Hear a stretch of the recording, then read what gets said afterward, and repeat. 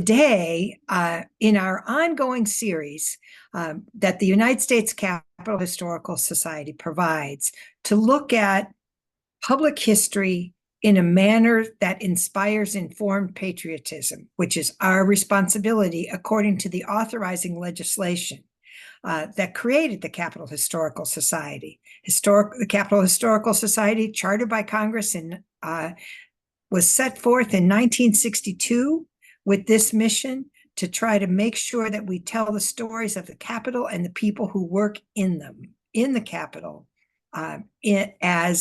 so that we can continue our ongoing experiment with democracy.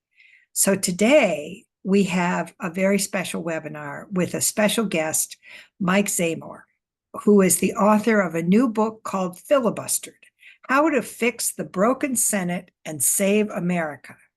In this book, Senator Jeff Merkley and his longtime chief of staff, Mike Zamore, tell the insider's story about how the Senate used to work and how the filibuster came to cripple the self-styled world's greatest deliberative body with paralyzing gridlock. For nearly 2 centuries, the Senate, designed by the founders, served the purpose they envisioned. It was the deliberative legislative body where the nation's thorniest challenges were hashed out. Senators had the ability to speak at length and offer any manner of amendments to influence bills. And then, when they all had had a say, the Senate voted. Senators who objected to passing a bill could wage a defiant filibuster in the spirit of the fictional Senator Smith, who talked until he collapsed in order to block a corrupt railroad deal in the classic 1939 film, Mr. Smith Goes to Washington. Filibustered combines a marvelous romp through key moments in filibuster history, from the first filibuster in 1841 through Southern Dixiecrat filibusters of civil rights legislation, up through the modern transformation of the filibuster into a routine tool of perennial gridlock, with firsthand accounts of the recent high-profile legislative fights and a compelling argument that the key to the Senate's future may be found in its past. Now, let me tell you a little bit about the author that we have today.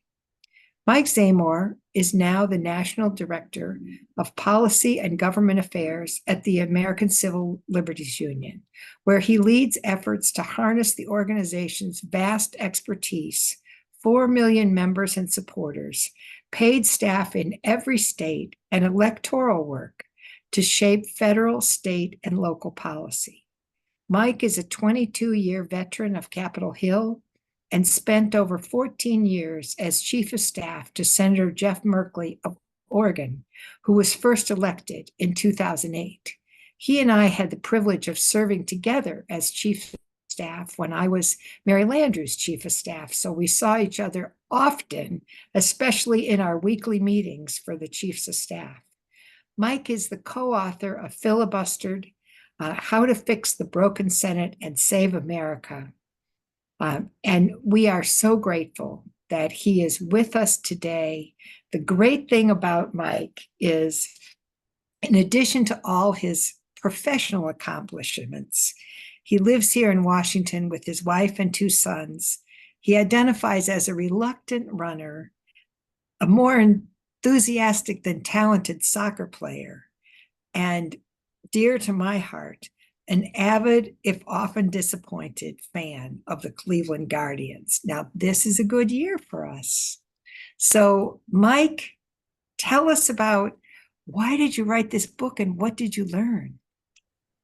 Well, thank you so much, Sam and Jane. And I just hope everybody appreciates that not only is Jane fellow former chief of staff of mine and a fellow Clevelander, but she's a real jewel of Capitol Hill. We're so lucky to have her in this community and leading the Historical Society. So really grateful and appreciate the opportunity to talk about one of my favorite subjects, Senate procedure. Like, who doesn't love it?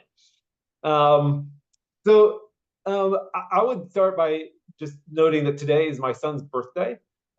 He's now 6'4" and 23 years old. But back in the day, many years ago, we had a birthday party. We had it out in the park, and we had all the kids there and had a couple of activities lined up. And so we asked the kids, do you want to start with freeze tag or a water balloon toss? And, we had kids like move to each side, and the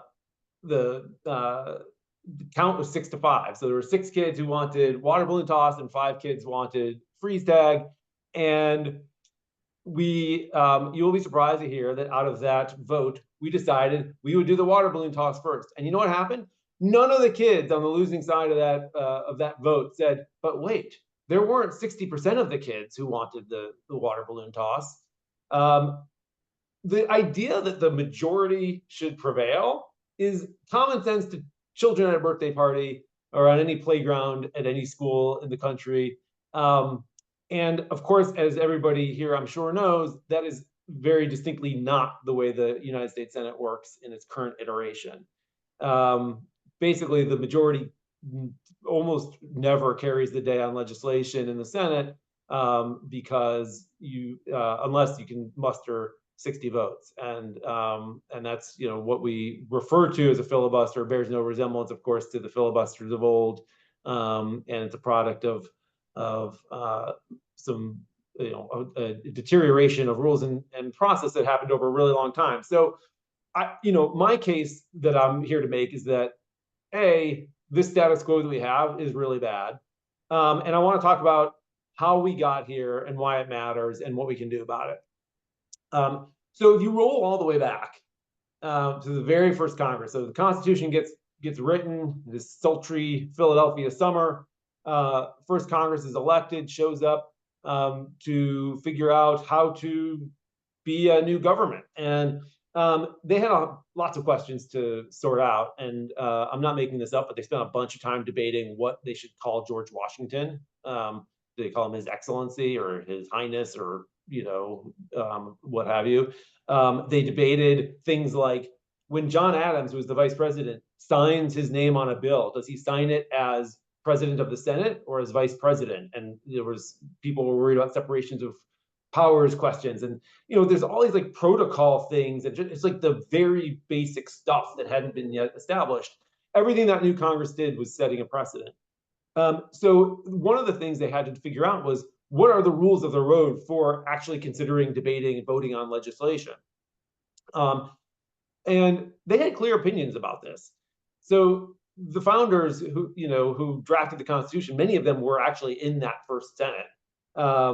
And they came into this having written the Constitution specifically for the purpose of building a federal government that could get things done. So, you will hear sometimes people today, even United States senators, talk about the founders created the Senate with this idea that it would be a 60 vote, or that it would take a supermajority to get things done.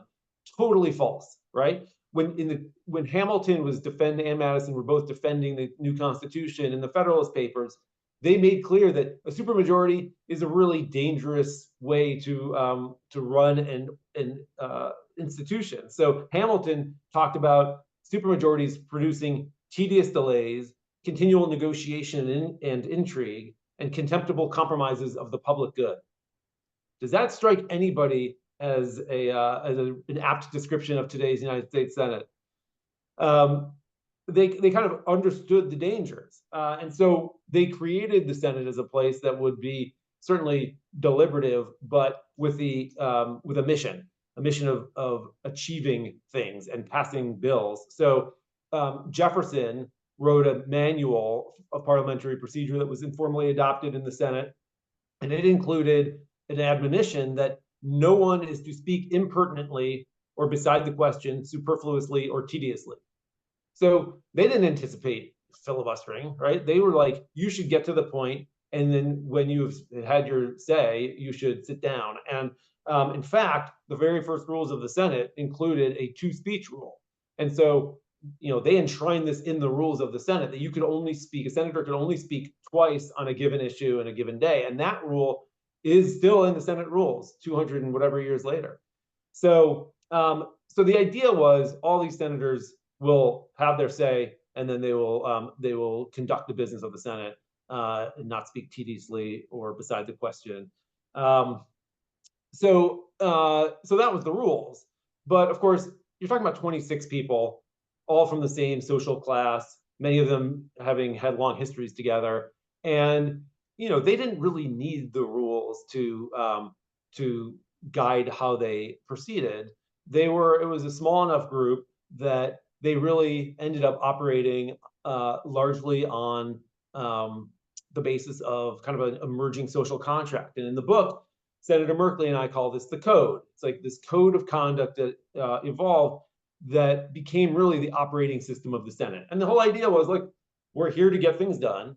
We are all gentlemen. We're all, learned and smart and intellectual. So we will hear each other out.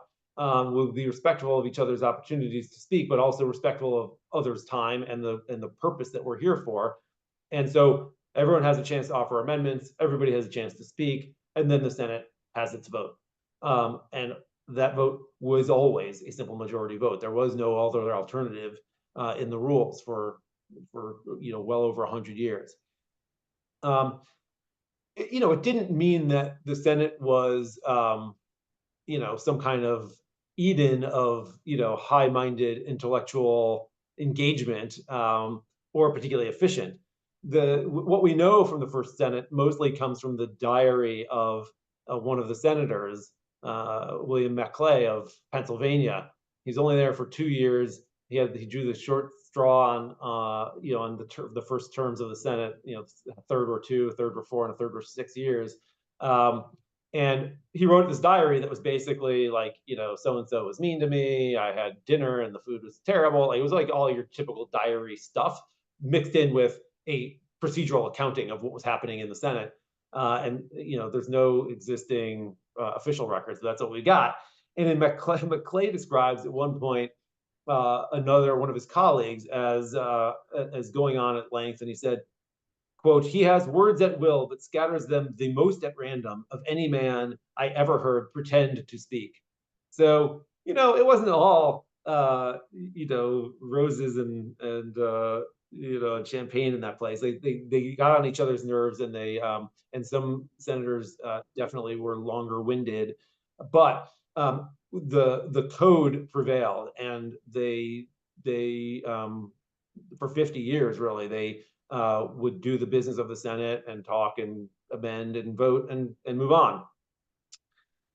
50 years in, the first filibuster emerges, and it's really what happens is the slaveholding elites didn't like a bill that was on the floor. They felt like the economics of the South were imperiled, and under the leadership of Calhoun, they abused that code and decided to just go on as long as they could to try to drag out the proceedings and ensure that senators didn't have a chance to actually get to that last vote. And the filibuster was born. It was very much perceived to be an abuse of the code, and in fact, the term filibuster comes from a word meaning freeboot or pirate. This was piracy in the Senate. This was something that upstanding citizens shouldn't do. It was hijacking the institution, but there was nothing in the rules at that point that prevented it. So with that tool kind of having been surfaced, filibustering became sort of a counterpoint to the code. And from time to time, it was rare, but it happened that the code was the sort of background music of the Senate, the way it worked most of the time, and occasionally, usually around issues of slavery or civil rights, senators would feel so impassioned that they would hijack the Senate with a filibuster. But filibustering was no easy task, right? It required speaking. It required disappearing quorums when senators would suddenly just vanish, and they wouldn't have the numbers necessary according to the Constitution to do the business of the Senate. They would send out the sergeant at arms to round people up and find them like hiding in bathrooms and whatnot. They would make procedural motions or offer amendments. It was an active process. They were actively engaged in trying to stall the business of the Senate. And that was the filibuster. And, Jane referenced the movie, Mr. Smith Goes to Washington. If folks remember Jimmy Stewart on the floor of the Senate, and he's holding all the letters he got from people, and then he just collapses because he's been going on for so many hours. This was what filibustering tended to be, not necessarily speaking until you collapse, although sometimes extensive speaking was a part of it, but certainly procedural hand-to-hand combat to ensure that the final vote wouldn't happen. This tension between the code, the idea that every senator should have their say and then the Senate should vote, and the filibuster, which was like obstruction to block the Senate from having the vote, existed and ebbed and flowed over time. And at times it got really bad, and there were fights about it, about what to do around the filibuster. And indeed, like there are lots of examples going back hundreds of years now, or 150 years at least, where senators tried to rebalance the Senate in the face of persistent obstruction. So the biggest and most impactful effort in that respect in the early part of the 20th century was in 1917 when cloture was created. So cloture is the motion that allows a supermajority to cut off debate. And the idea was this came after in the wake of a very spirited filibuster at the end of a congressional session where they were running out the clock before the Senate adjourned for the session by 11 senators who didn't want the U.S. to pass a law arming its merchant ships in the wake of, in the face of German U-boat attacks during World War I. This is before we were in the war, and there was a bipartisan group of senators who felt like that is our job. It is not like it's our job to declare war. It's not for the president to start arming ships and pull us into a war. And so they filibustered, and the country was incensed, in no small part because Woodrow Wilson like whipped them up in a frenzy. He used his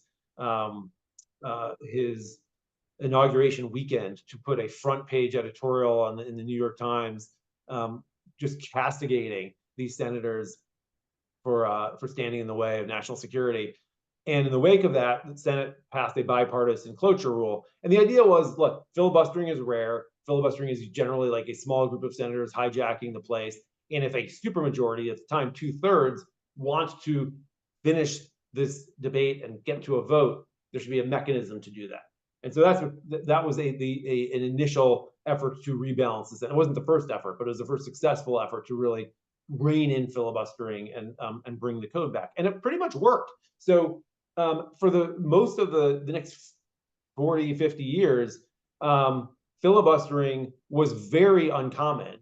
However, it was extremely common if anything having to do with civil rights was on the floor. And so, President Obama at John Lewis's funeral referred to filibuster as a Jim Crow relic. And the reason for that is that it was, in fact, the technique was born out of the slaveholding elites trying to stop a bill in 1841. It was perfected really in 1890, 1891 by the Southern senators trying to block civil, voting rights in the South for Black Republicans mostly, who had been disenfranchised in the wake of the collapse of Reconstruction.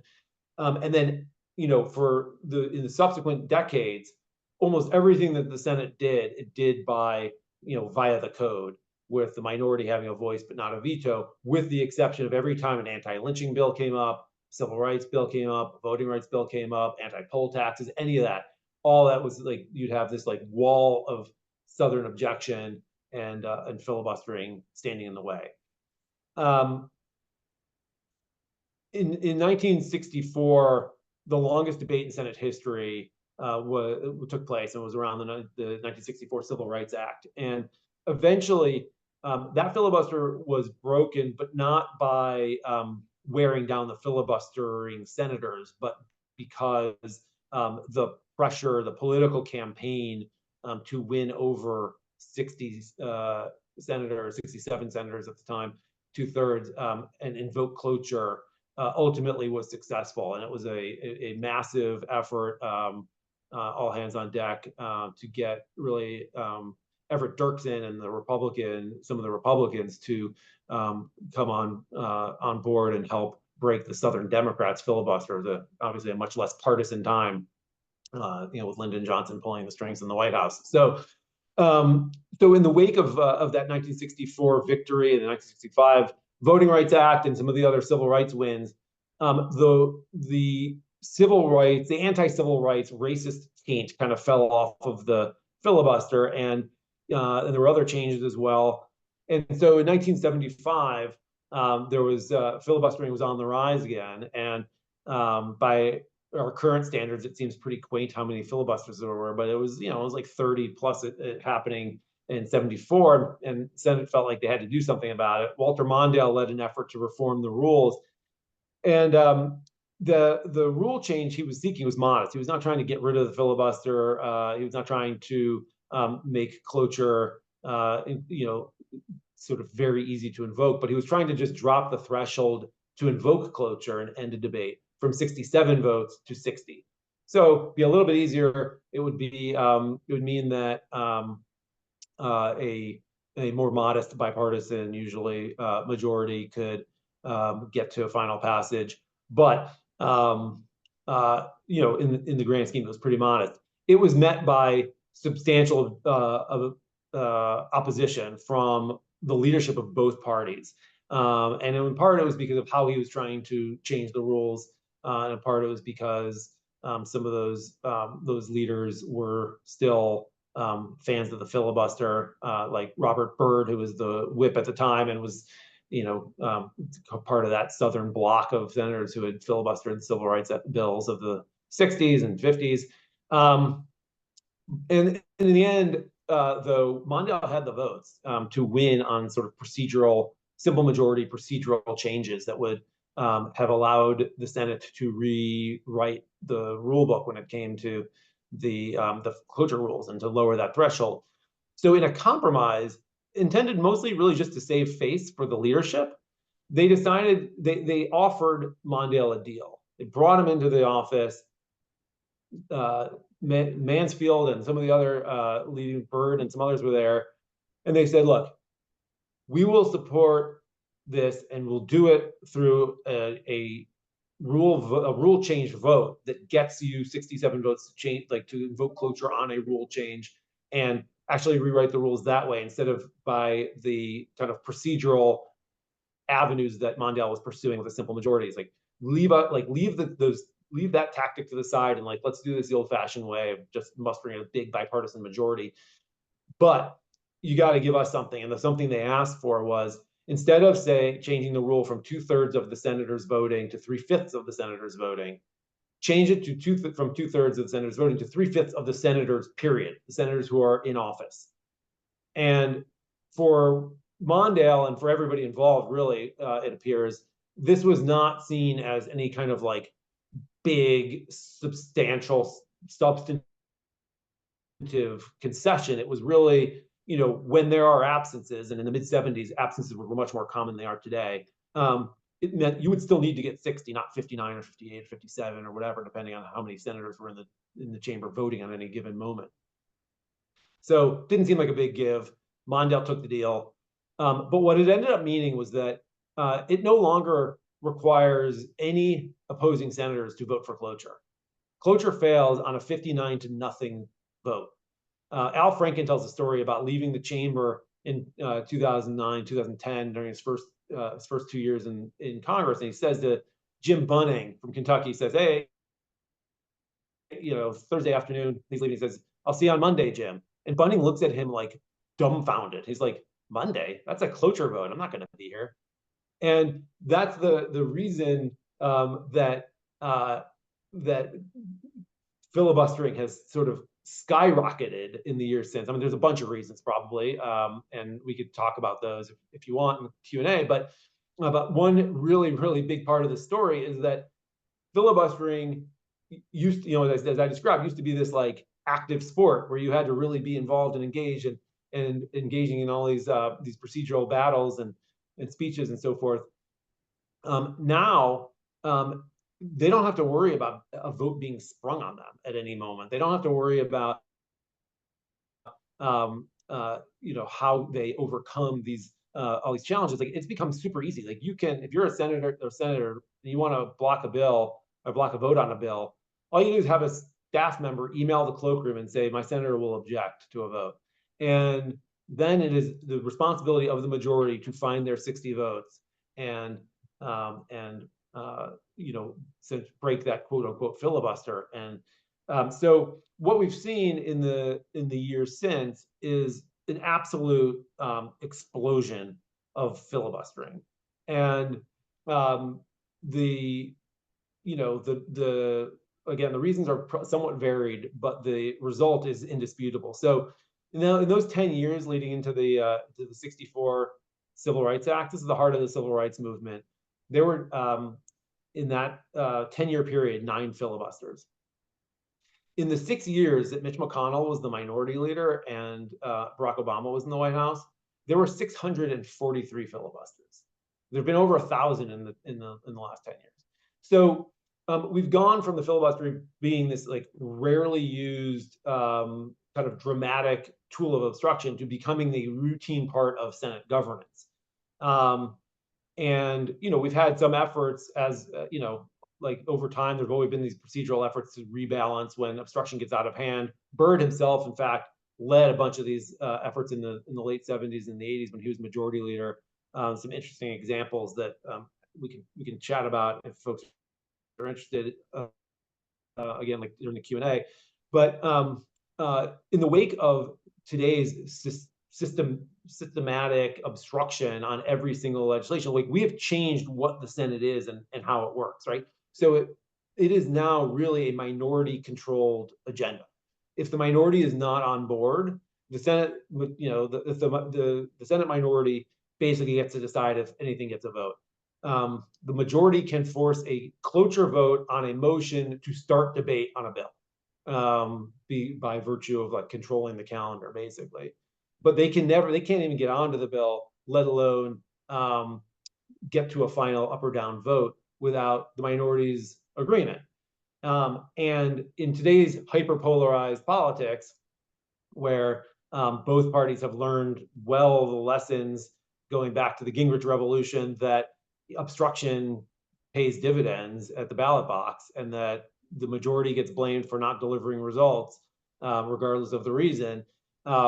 It has become a very asymmetric fight in the Senate. So the thing that made the code work back in for the first 200 years of the Senate's existence was that both sides had an incentive to try to find a resolution.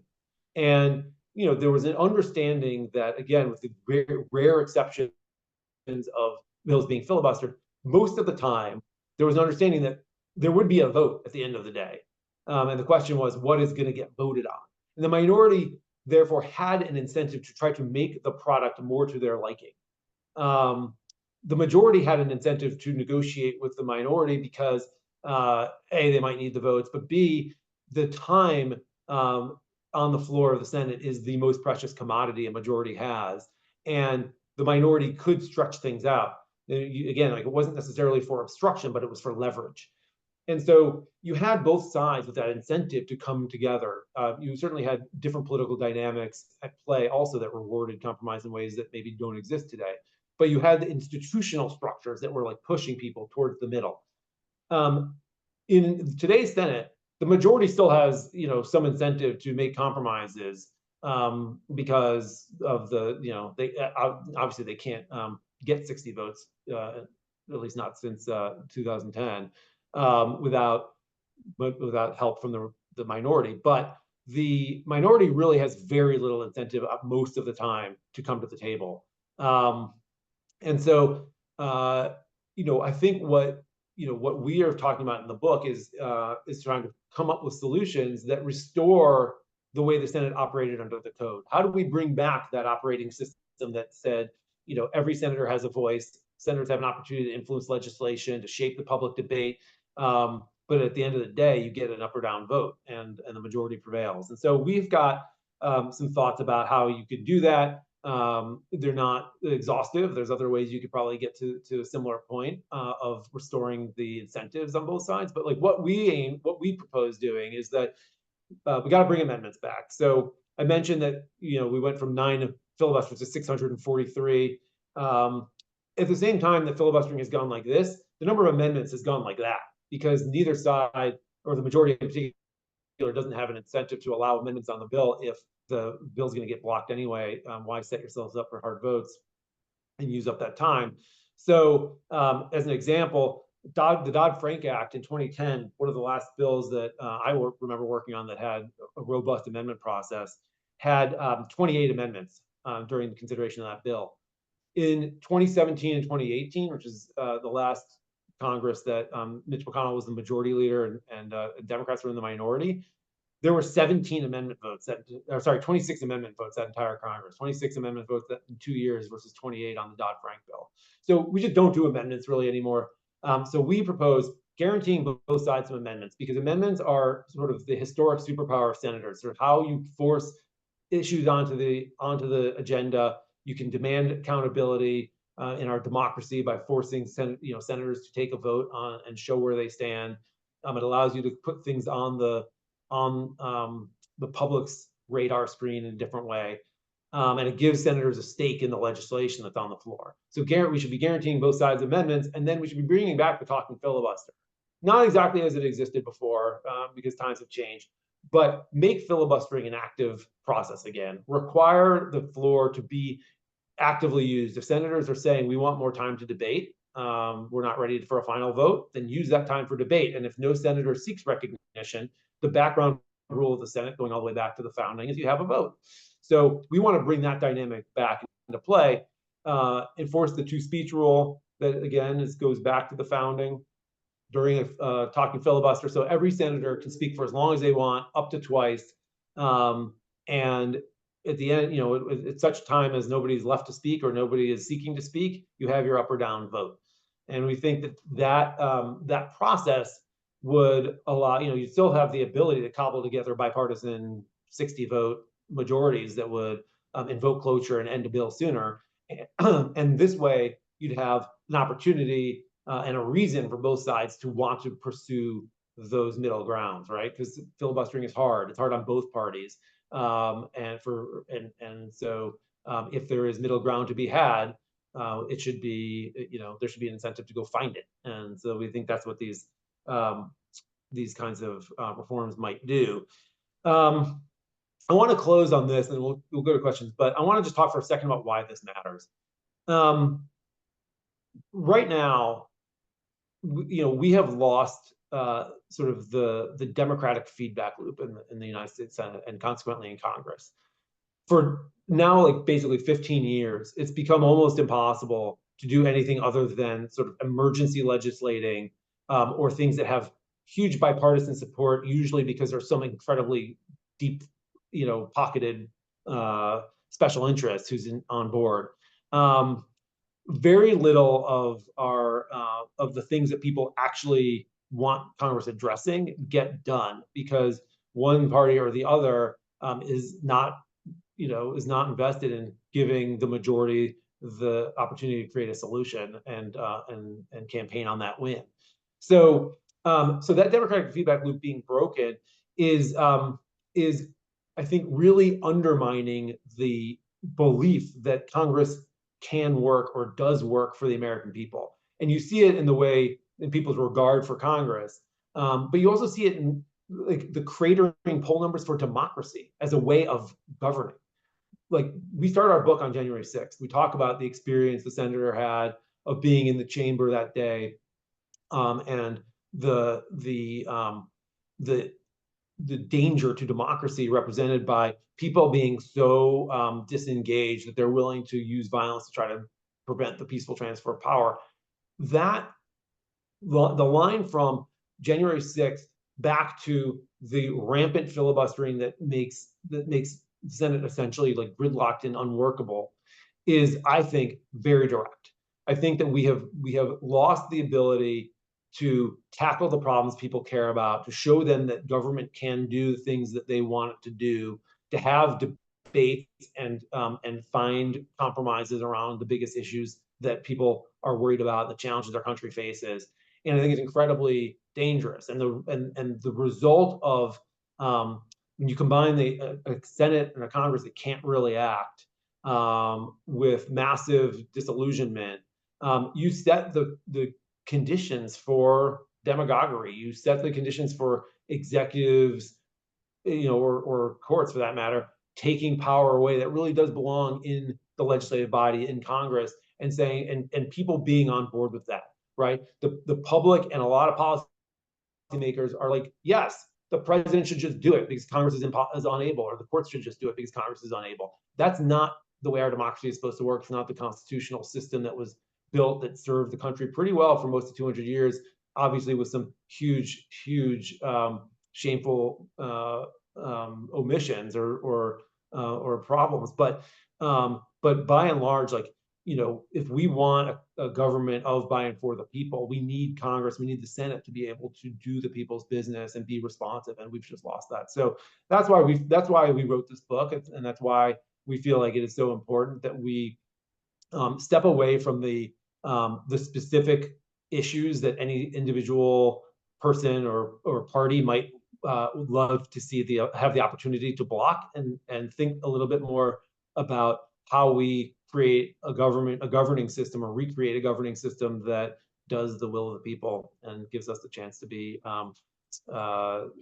government of, by, and for the people, as we all want. So thank you all for being here and for your interest, and I'm happy to turn this conversation over to y'all to drive the next step.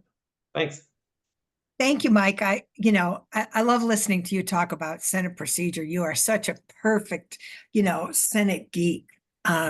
And we were talking as we were getting prepped for this about the fact that it's the 80th anniversary of D-Day, and the sacrifice that the folks made who went and stormed that Normandy Beach is really what gives us the opportunity to have this kind of a discussion, because they fought for freedom.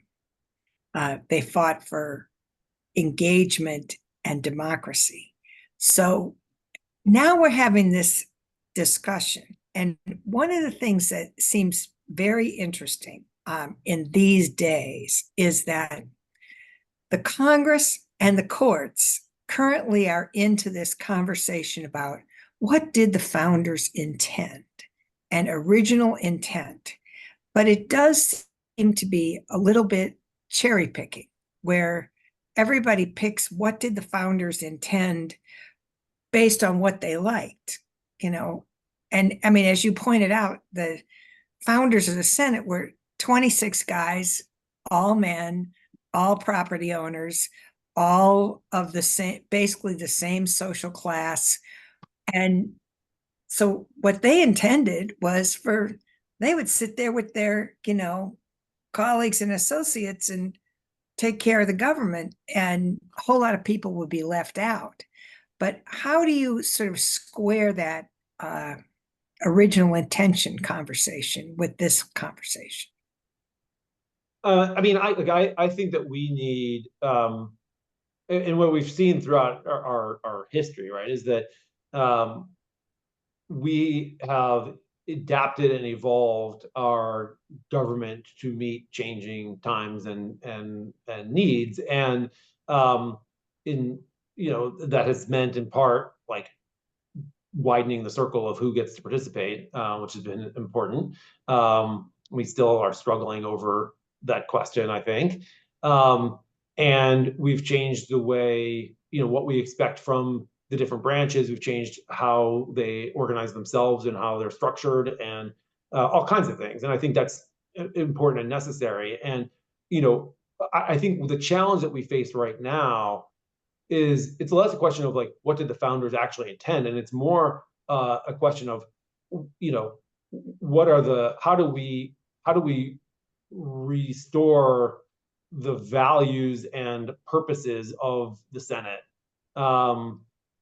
to meet the needs of today. And I think one of the challenges, like we are actually, I think it's less that, you know, we're locked into or into the vision of the founders, more that we're like, you know, that we're not doing the things that are required to meet the exigencies of the moment. So if you go back and look at various points in our history, when, like as I was describing, when the Senate has been gridlocked and obstructed, senators have taken action to try to fix that problem and ensure that the Senate can play the role. It's not going to play the role in the same way, but like the idea of the Senate as an effective legislative body that can take up problems, find solutions, vote on them, and then be held accountable by the public for the choices that they make.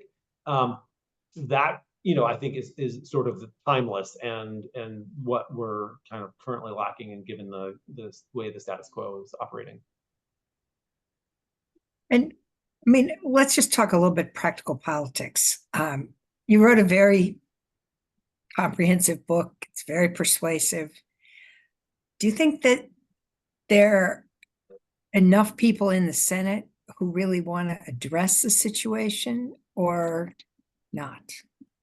I think that there are very few in the Senate who spend time, as you know, Senator Merkley clearly does, thinking about how the Senate works in the abstract, or you know, feel like they've got like well-defined thoughts about that. I think there's 100 senators probably who are extremely frustrated by the way the Senate operates today. You know, nobody runs for office and gets elected to serve as effectively the HR department of the executive branch. But they spend the vast majority of their time now just voting on nominations because the Senate is so broken.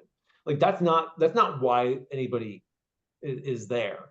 I think they all appreciate that the institution is not working the way they want it to work. That's not to say that you could put a proposal like ours or any proposal on the floor and say, how about it?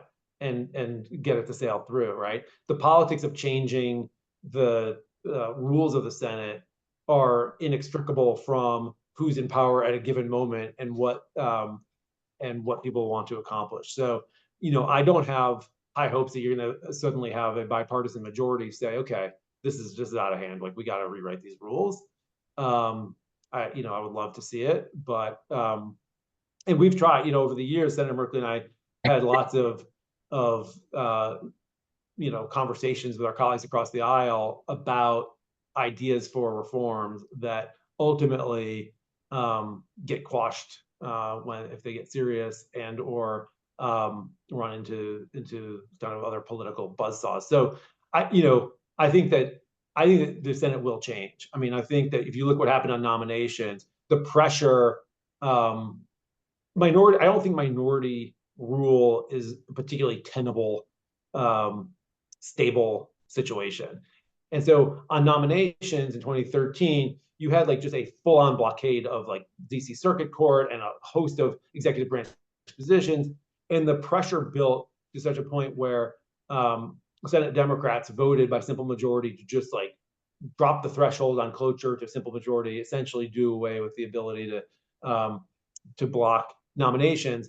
And I think that some dynamic like that eventually is going to happen on legislation as well, if there's not a more structured, measured, intentional way of rebalancing the Senate and bringing back some semblance of sort of mutual respect and opportunity to influence the game with in the context of like actually legislating. So that's my take on current politics. But I think ultimately, like this, I don't think the status quo that we have right now lasts particularly long. I think the question is if it changes, how it changes. Well, let's talk about, you mentioned sort of reinstituting the talking filibuster or whatever, it's called, but that it has become an instrument of basically a way to say no, which is doesn't really hurt anybody. They just say, well, I think the boss might oppose this. And, then they're like, oh, geez, that's going to be a problem.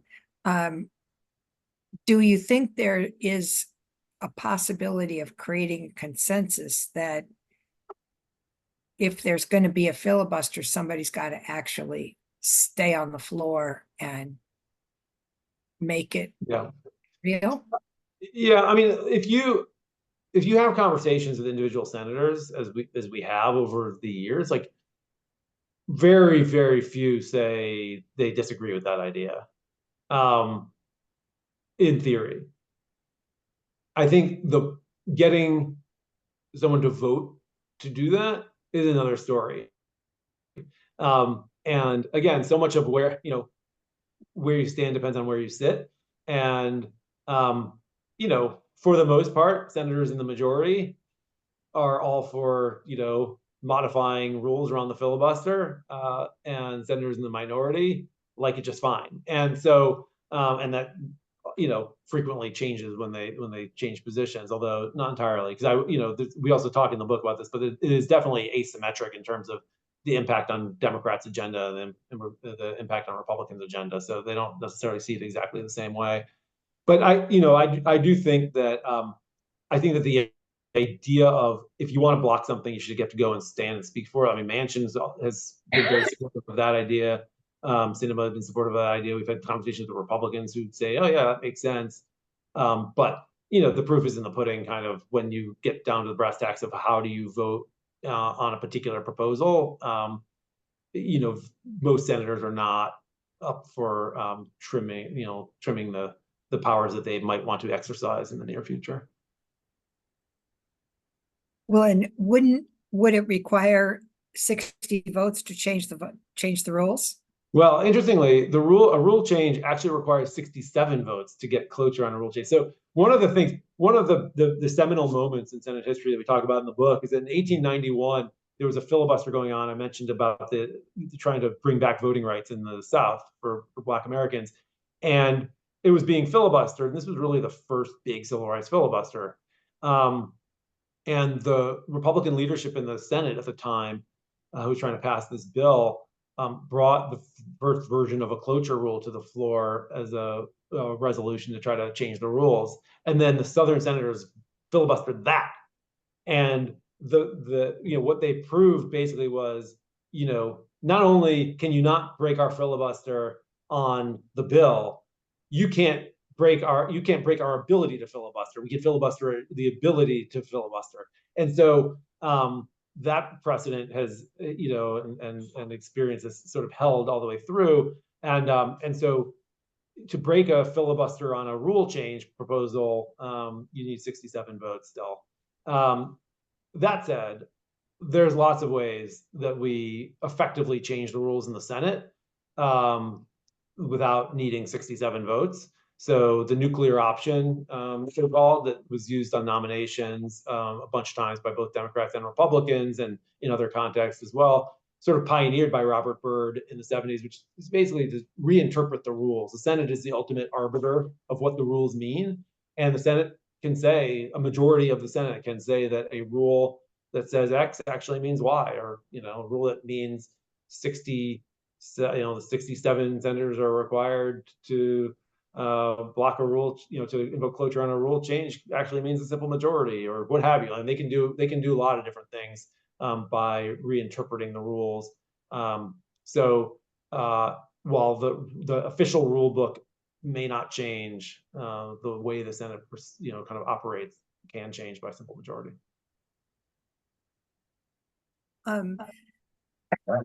So there's some folks who are concerned that eliminating the filibuster will turn the Senate into the House. Dirtiest words in the U.S. Senate or House of Representatives. I understand, that some people think the Republicans and the Democrats are the competitors, and those of us who've worked on the Hill know that it's the House and the Senate that even more so are competitors. What would you say to those kind of allegations, if you will? Yeah, no, you're absolutely right, Jane. The first thing you hear when this conversation comes up in many circles is in the Senate is we don't want to be the House of Representatives. And what that really means is, in the House, current House is a glaring exception for a whole host of reasons that have, are relatively unprecedented. But by and large, the House of Representatives is the place where the majority runs the place and the minority is sort of a speed bump at best, right? Like you maybe can offer some amendments in committee. You can ask for permission to offer an amendment on the floor, but the majority doesn't have to let you do it. And so, in the end of the day, the majority does what it wants, and senators don't want that to be the way the Senate operates, which I get. Our case is, if you got rid of the filibuster, then I think that's a reasonable conclusion is that you would end up with that dynamic. One of the reasons that we land where we did on our proposals is that we are not trying to turn the Senate into the House. We're trying to turn the Senate back into the Senate that existed for 200 years. I mean, as recently as the mid-90s, very, very controversial legislation like the assault weapons ban or the so-called partial birth abortion ban, both passed with fewer than 60 votes. Like, it's not ancient history that the Senate would take up, complicated and controversial things, have the debate, and then have a vote. So we're trying to bring that sort of operating system back, precisely because we don't want the Senate to be the House either. Like, the House serves its purpose, the Senate serves a different purpose in our system. And we think that with the right changes, we could bring back that idea that the minority has a voice but not a veto. And it's the minority veto system that we have today on every single bill, pretty much, that is the problem. That's what's creating the gridlock. And so that being said, we're coming to the end of our time. So we're going to give you an opportunity to sort of wrap it up. If you were going to say, okay, these would be the 3 steps that I think we need to take that would move the Senate back into the direction of being a deliberative body where everyone who is elected to the Senate has an opportunity to have their say, but ultimately there's a vote to move forward. What would be the 3 things that would have to happen, and how would you get those done? Yeah. I mean, procedurally, I think the 3 things that I would say need to happen are, we shouldn't be filibustering the motion to proceed anymore. We should be able to get right to a bill. We should be guaranteeing both sides germane amendments, and then we should be ensuring through some sort of talking filibuster mechanism or something similar that both parties, the minority in particular, has ample opportunity to stretch out a debate and force issues onto the agenda. But at the end of the day, a determined majority can get a bill passed. Politically, I think we need an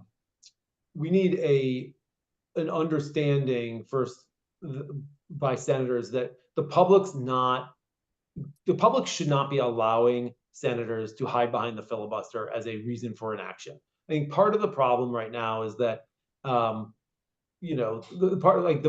problem we're trying to solve for in part is that big priorities that are really important to a lot of people that have like massive public support get bottled up and stymied, right? So early in the book, we talk about the example after Sandy Hook, horrible tragedy, galvanized the country.